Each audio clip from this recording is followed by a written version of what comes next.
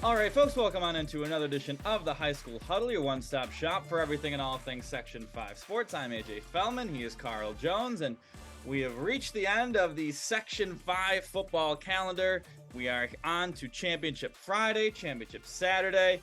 Bow ties are coming out, the teams are showing out, and we've got a great weekend of football coming up, Carl.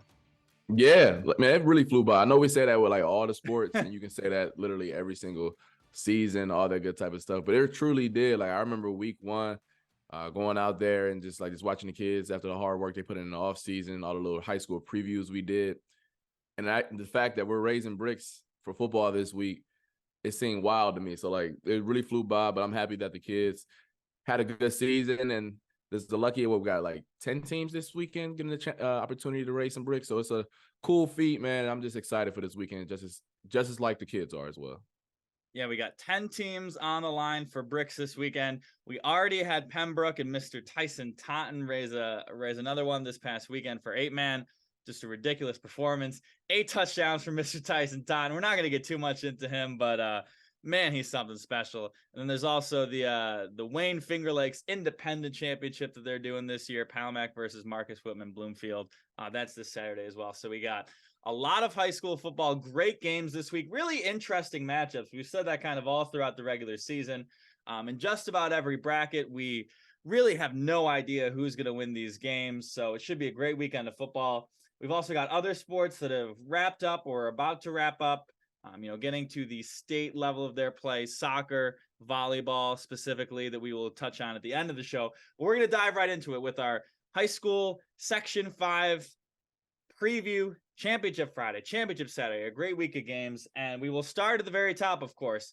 AA, McQuaid versus UPrep. These two teams have been at the top of our rankings all season long. They've been at the top of everybody's rankings all season long, and they are finally meeting for the first time this season in the sectional championship game. They did not play in the regular season, so this is going to be the first time that these two teams are squaring up with each other this season. McQuaid undefeated. UPrep only one loss on the season. They redeemed that against Hilton last week. So we're going to kind of go through these games with each of us signaling out the one thing we're kind of focused on, the one thing we're really looking forward to watching in these games. We can talk about these teams forever. We're going to try and not do that because we don't want to waste too much of your time. So, Carl, what's the one thing you've really got your eyes on for this AA championship matchup? Yeah, can the UPrep passing attack get back to where they were in the beginning of the year, where they were really just slinging it all over the yard? Not saying that they haven't done that of late. It just hasn't been as consistent. I know Tavion Bird had a nice deep ball down the sideline that made our show. That was kind of cool to see. But early on in the year, they were putting up numbers in the passing game. And of late, specifically in the two matchups with Hilton, they really didn't do a superb job in that department. I know they had 136 passing yards last week. CJ Robinson, phenomenal player. Obviously, I think he had over 200 yards again. But against a team like McQuaid, who is going to maybe take away your fastball at times, obviously you're going to get yours at certain downs throughout the game. But can you rely on some of the off-speed pitches that are still great for UPrep, by the way? I mean, Jules Russell and Tyrell Simmons are some dudes on a perimeter. So get them guys. Can they get those guys involved against a McQuaid team who is disciplined every single year? They're not going to really beat themselves too often. So I'm really locked in to see if the Griffins can really sling the ball throughout the air. Yeah, every time I feel like I see, UPrep stats or, the highlights, they're getting that production from the passing game, but they're really just getting it through those big plays. Like, Bird will have 2 phenomenal touchdown passes. He'll finish the game with Hilton last week, 9 for 12, 135 yards, a touchdown and interception. I'm looking at, his stats for this year. Only 2 games this season only 3 games this season he has more than 10 completions on a game. Now, they don't need him to do a lot. So I'm sure, if they needed to get into a shootout, he could rack up big numbers. You got CJ Robinson running the ball. Any play where you turn it around and hand it off to him is a good one. But that is a really good point that McQuaid, they might be able to shut down a CJ Robinson. So if they have to go to that passing attack with Tavion Bird, how can he deliver, consistently passing the ball? That loss to Hilton, their only loss of the season, 10 for 25 through the air, 1 touchdown, 3 interceptions. That kind of just, points out what you're kind of talking about there, Carl. Yeah. So, I mean, McQuaid well-disciplined team. I'm sure all week they're trying to take away something. I think it's going to be that rushing attack led by C.J. Robinson. And then the thing I've got my eyes on in this game, the two very different, legacies, histories of these two schools. UPrep, they did win a Class A championship 2 years ago, their first in program history. But last year, it was an ugly loss to Pittsford in the semifinals. They really got bounced, in an upset fashion, a game where if they win that game, they would have gone to the state tournament no matter what because of the way, Section 5 got two berths in Class AA last year. They lost 6-0. They got shut out in that sectional championship game. I know that left a bad taste in everybody's mouth, all throughout the offseason. Whereas you've got McQuaid, the juggernaut, the dynasty, 4 straight sectional championships. They're going for their 5th ever, which would be an unprecedented mark in Section 5's largest class. I want to know how these two, differences in, pedigrees, experience, playoff winning, things of that nature, because that team for UPrep 2 seasons ago, there's not a whole lot of guys left. Not a whole lot of, that was a very, junior, senior heavy team. So not a ton of guys from that team left. And McQuaid always seems to rise up when it matters most. They just have this knack about them. So I want to see how those, two factors play out against each other. That is a good point, because on McQuaid's side, you don't want to let down the brothers who came before you, right? You don't want to be the class that's like, oh, we broke the streak, or we're the class that's not necessarily living up to the legacy from those in front of us. So that means a lot. I know you can say, oh, like, well, do they ever get tired of winning? Well, you don't want to be the embarrassing group, quote unquote, right? So that's a big deal. And then obviously when you're the team who knocking on the door, and you trying to get over and raise to the mountaintop, of course you're hungry in that regard. So yeah, those two conflicting storylines, two different ways of being hungry, but both of these teams are hungry going into this matchup, which I believe is Saturday night. Yeah, Saturday afternoon at Victor High School, 1 p.m. Another thing, I mean, if UPrep can figure out a way to shut down John Harding, what's their secondary option? Because really they've been able to rely on John Harding, Will DeMarco from quarterback. Another thing to watch going forward in Double A. Moving on to Class A, you've got a really interesting matchup. Two schools only about 5 minutes apart. You've got the East Eagles in the sectional championship game after an undefeated regular season and kind of cruising through the playoffs with relative ease. They struggled a little bit with Schrader. They had to work a little bit. Going for their first title since 2005 against a Brighton squad at 7-3 this season, who are going for their first ever sectional championship in program history. Carl, what are you watching for in this game? Can East finish / will there be a letdown? And what I mean by that, folks, over the past few years, they were all really good good teams, but they kept getting knocked out by Canandaigua. Now they climbed them. They got over that monkey, right? Knocked off Canandaigua last week in convincing fashion. But will there be a letdown heading into the sectional championship game? And I know they haven't won, like you just alluded to, since 2005. Like, that's a long time, right? You want to be the class, the team that finally put East football back on the map. Heading into this week, are y'all like, all right, we did it, everyone. We beat Canandaigua, but hold on, we got a brick to go raise, right? So I want to know, where are the emotional, stamina for the Eagles heading into this game? Because you could easily say, all right, we finally took down the Canandaigua in the playoffs. We did it, everybody. Cool, whatever. But the prize that y'all actually wanted, that they were in the way of, is this upcoming weekend. So that's what I want to see, because I think when the Eagles are clicking, they're a really darn good team, and not many teams in Section 5 can play with them. But like we know, kids, young people, maybe not always locked in all the time, and anything can throw you off your game. So I want to know, how mentally locked in are they heading into this sectional final? I think maybe one thing that will help them in that regard is that game against Canandaigua wasn't especially close down the end.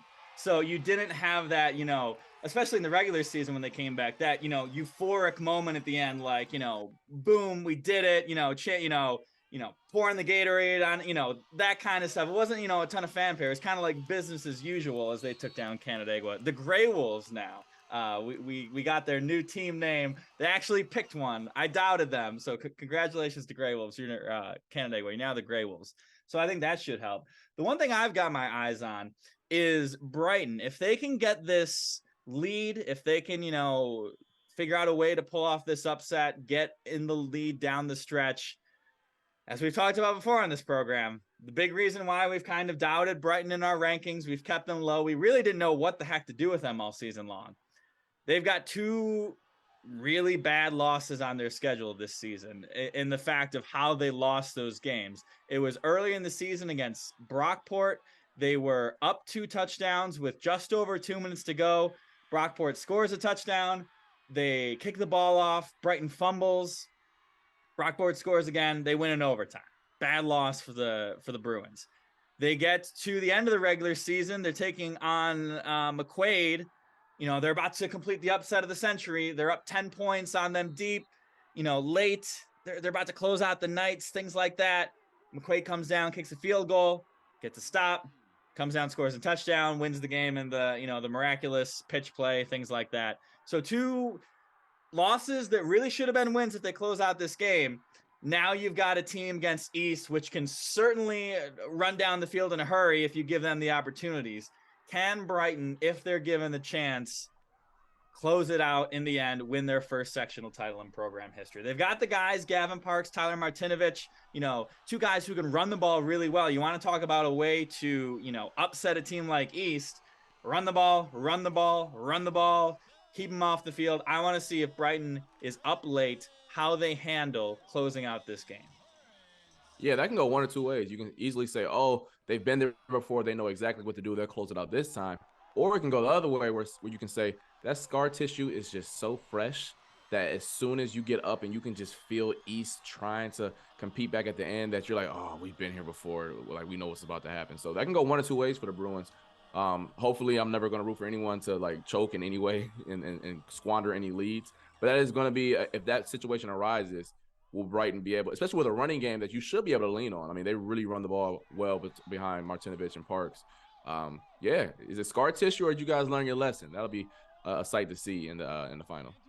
Yeah, it's going to be big if they get in that opportunity. Just that first down. If you can get a little positive momentum, if you're up 7, if you're up 10-14, little positive momentum. They did come back, kick a game-winning field goal against Irondequoit, beat them close down the wire. However, different result, and I don't know how many, thumbs up we give them for needing a 43-yard field goal to win the game at the end. Not exactly a formula to win going forward, but that should be a great game. That will be Friday night at Fairport High School, 7 o'clock. Carl's going to be over at that game. Moving on to Class B, a game that may not be, maybe the only one that could be a lopsided result if Monroe plays up to their standards. Monroe taking on HFL. This game Saturday night, 8 o'clock at Brockport, SUNY Brockport. Monroe going for their first sectional title since 1979. HFL, their first trying to win it since 2021, the spring football season. Class B has been the Monroe section all year long. They beat HFL 54-6 in the regular season. They have outscored their opponents 444-6 on the season so far this year. So, Carl, what are you watching for in this game? For me, I had what is HFL's plan defensively. Then I realized, never mind. What is their plan offensively? Because like you just alluded to, only 6 points have been scored this year on the Red Jackets. They need a lot of plans on all sides. They need some great plans. Correct. And they're going to need a lot of stuff to go and break their way in the title game for the Cougars. But I just want to know their plan, because obviously with many teams when you face against Monroe, it's obvious. They got dudes on the outside who are going to play on Saturdays. So it's hard to just consistently want to throw the ball down the field in just a drop back fashion. Can you run the ball a little bit? I know Ben Cook has had a few good games down the stretch here. Can you figure out ways, maybe some screen plays, some trick plays, crossing routes, anything to get your passing game going? Because Matt Meacham can throw the ball a little bit, and you don't want him to be ineffective against a team who can shut down the passing game. What is their plan? What creative things are you doing to consistently move the ball? Because the only chance, in my opinion, that this game is close for HFL for them to go win it is a shootout. I don't think you're going to be able to slow down Monroe. You're going to have to find a way to consistently move the ball, because outside of that, Monroe is just too darn good. Yeah, and Andrew Wanzenreed, I do not believe played in that first matchup. Certainly not a guy that can, tilt the scales 54-6, but certainly can make a difference. I want to know for Monroe, they really haven't faced a ton of adversity this season. And I think no matter what happens in the sectional championship game, whether it is a large bit of adversity, a tight game in the second half, or just a small bit of adversity, getting a couple stops, getting stopped a couple times, turning the ball over. Monroe only put up one touchdown against Wayne in the first quarter. So it wasn't, cruising down the field back and forth, back and forth. They did get stopped twice. They were forced to punt twice in that game. I want to know what happens when Monroe, gets knocked down a little bit, because they, as evident by their 444 to 6-point differential, it hasn't happened much this season. So you really haven't faced that adversity. You really haven't had to, look your teammate in the eye and say, all right, this is how we're going to turn this thing around. They've got so many guys to do it where I feel like they'll find a way, but it will be interesting to see, who rises up for them when the cards are on the table there. Yeah, coaches always say, who's gonna rise when things get tough? Well, coach, we ain't been in a position where things been tough, so I don't know what you looking at me for. Like, don't get mad at me. But no, that is a great point. Whether that's this week, next week, or whenever Monroe faces some type of adversity, how will they respond? Because once again, dealing with kids here. I ain't been tested since conditioning back in August. What's gonna happen? So will you sink or swim in that situation? Especially a team with so much confidence. Anytime you talk to Monroe, you hear them talk, they are good. They very well know that they're good. So, let's see how that Class B shapes out Saturday night. That'll be the last sectional championship game. Moving on to Class C, the game right before Class B is on the SUNY Brockport field Saturday at 5:00 in the afternoon. You've got number 1 top seeded Leroy at 10-0 on the season, taking on number 2 Attica Alexander. Attica, the defending sectional champs, combining with Alexander for this season. Leroy, the Knights last raising the championship in 2014. Carl, what you watch for in this game? Both of these teams run the ball, folks. Just want to let y'all know, if y'all watching Football Frenzy and y'all expecting some fireworks through the air, go to the next game or something like that. We'll go to the Monroe HFL games. This game won't be that. Having said that, I want to know which running game stalls first or gets knocked off its track first, whether that's negative plays, tackle for losses, fumbles, anything. Which team has to play from behind the sticks and make something else happen? Because in this game, if it's consistently 2nd and 5, 3rd and 1, 2nd and 3, like if you're consistently ahead of the sticks and your running game is going to be great. But what happens when you fumble a snap and now all of a sudden it's 2nd and 15 or it's 3rd and 9? Like what ways are you going to be able to move the ball down the field? Sectional title game, you're going to ride your bread and butter in this game especially. But what's going to happen when that happens? And I think that'll be interesting to see in two teams who love running the ball.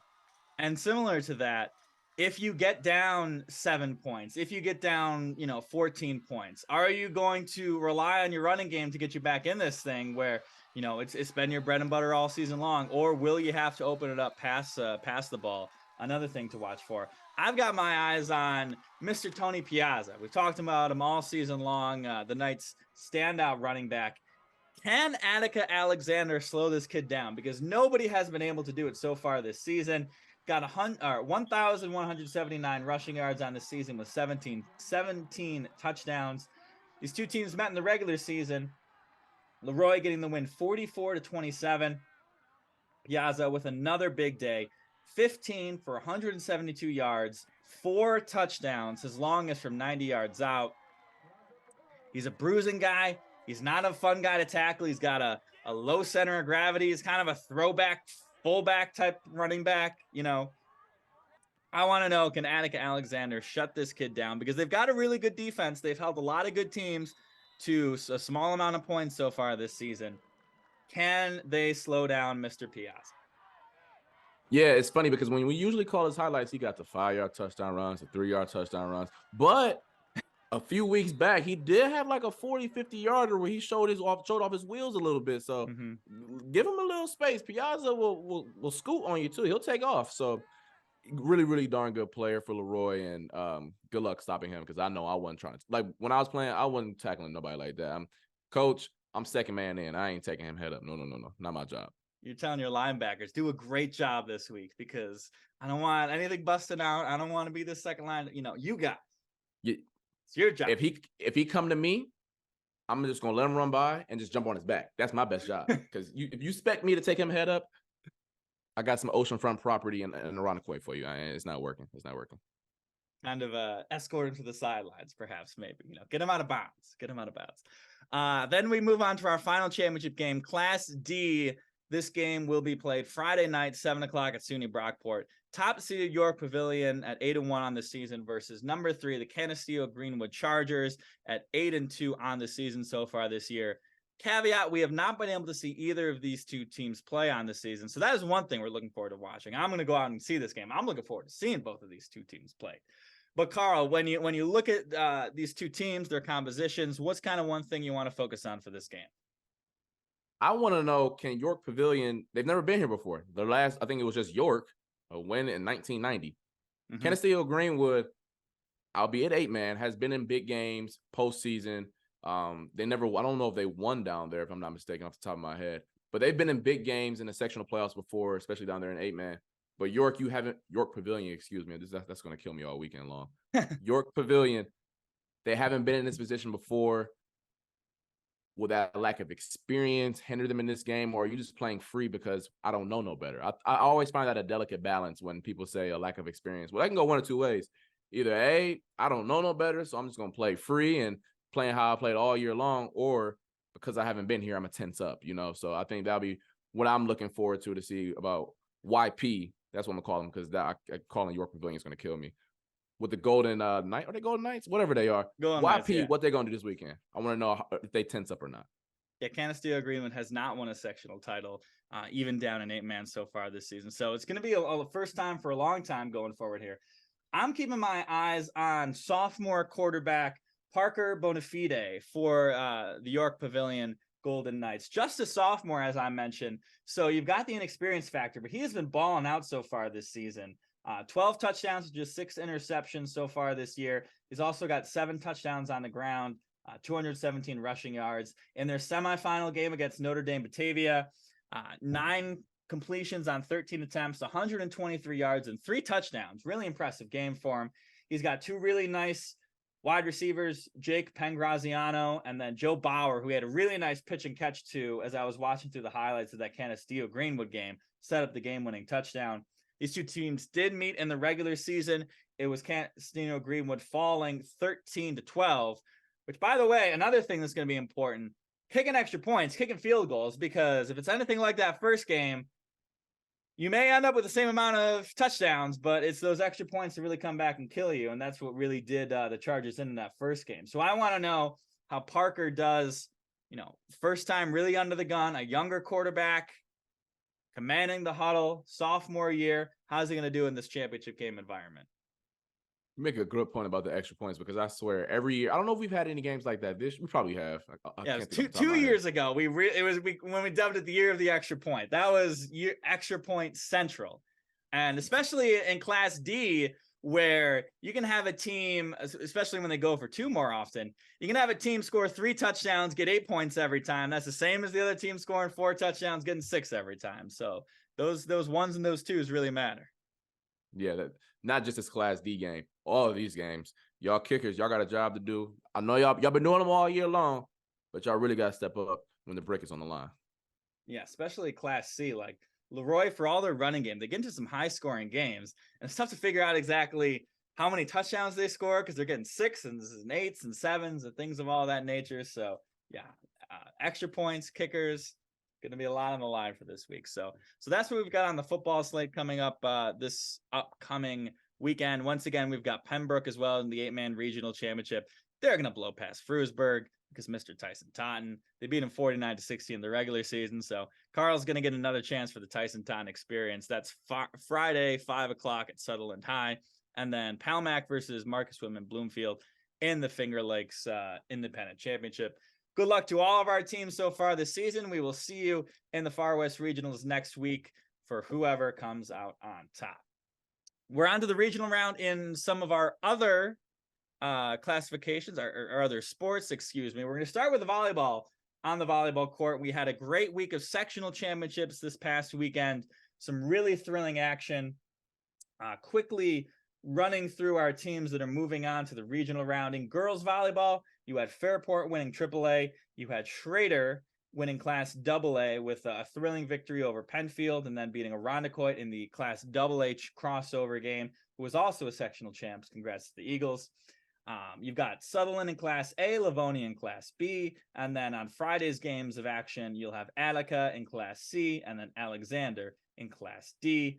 And then moving over to the boys' side, it's Fairport in the Division I championship game for the Far West Regionals, and then Spencerport in Division II. So a lot of teams moving on. Of course, we both got to see a lot of great volleyball this weekend. We're going to kind of focus on one of the games that we saw. Carl, you were at one heck of a boys championship game on Saturday night.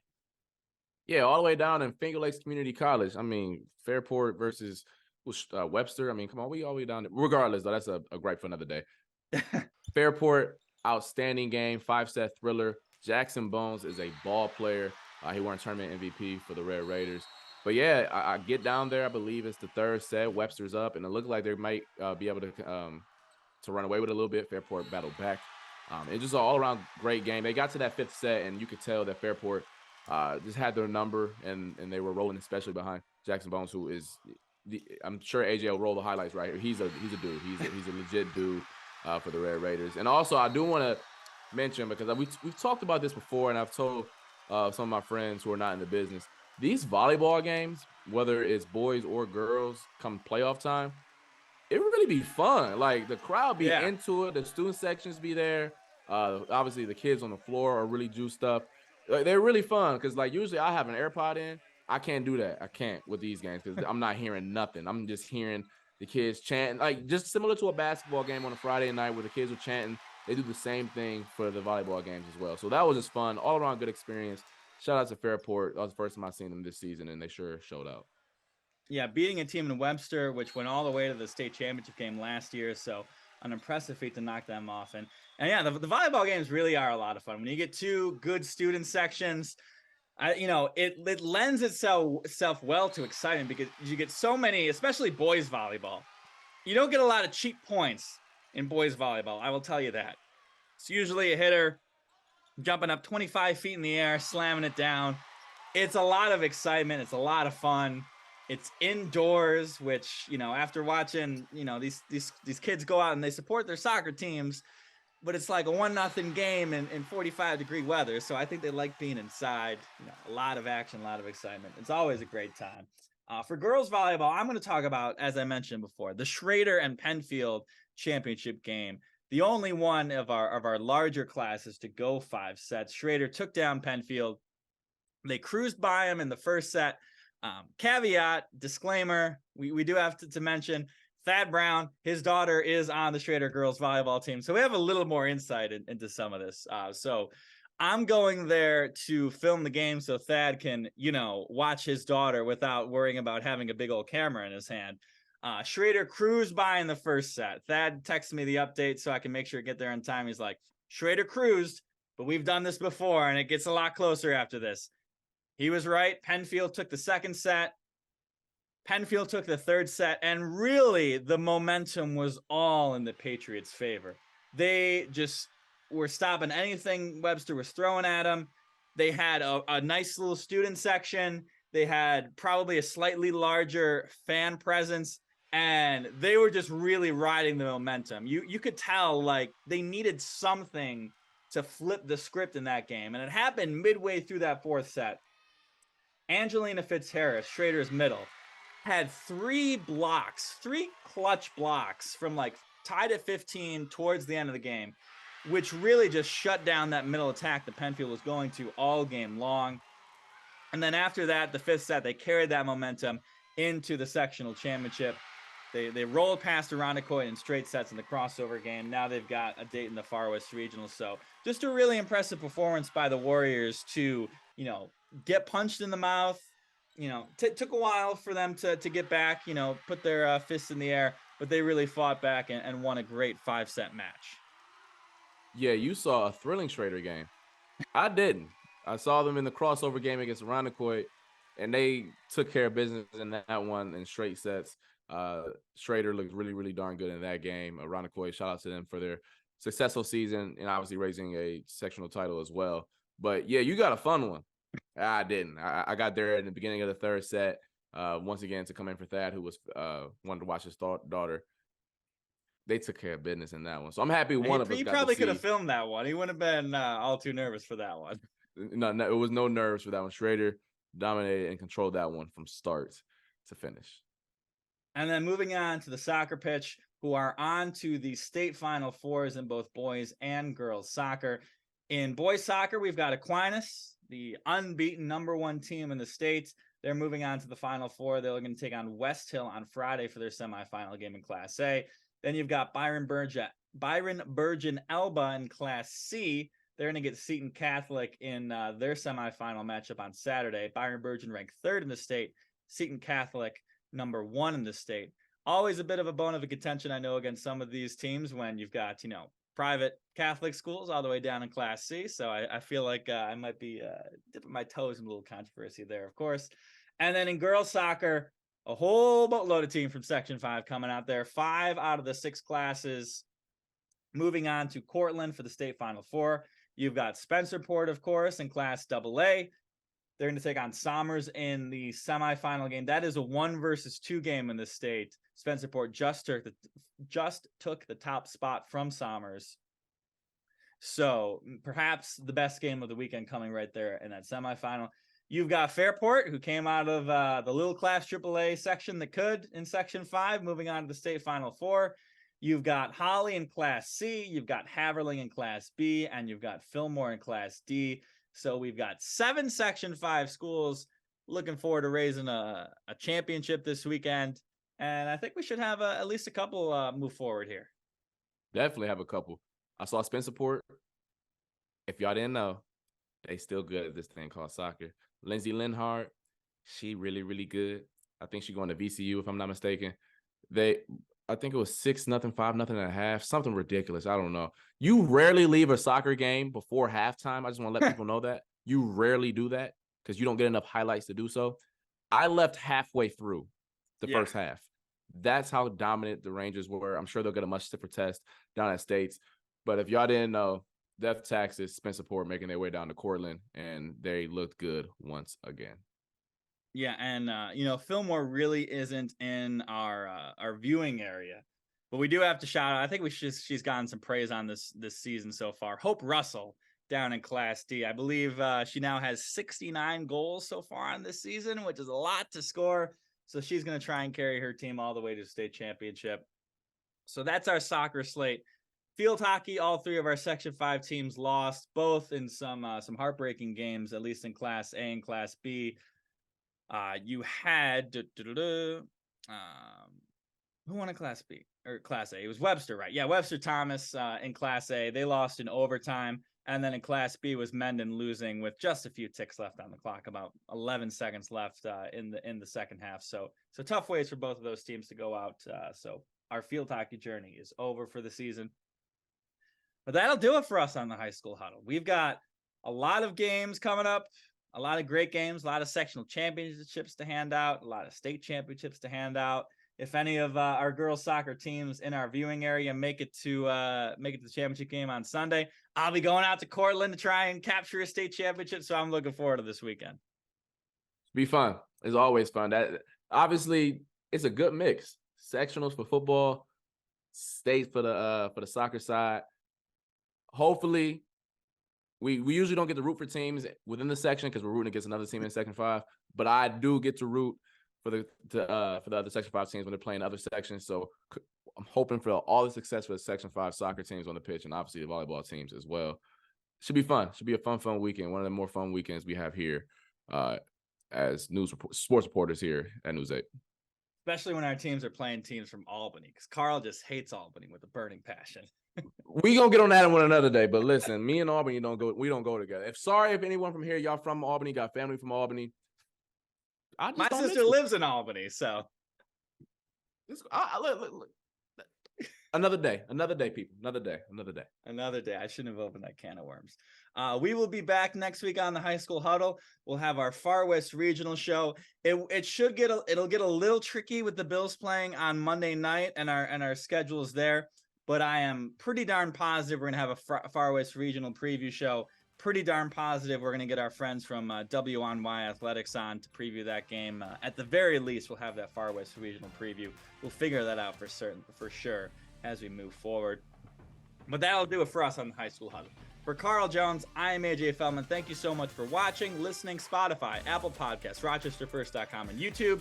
You've got Football Frenzy Friday night and Saturday night. We've got a doubleheader for you. Got to find 2 bow ties in the closet for you. So should be a great week of action. Thank you for watching and listening, and we will see you next time.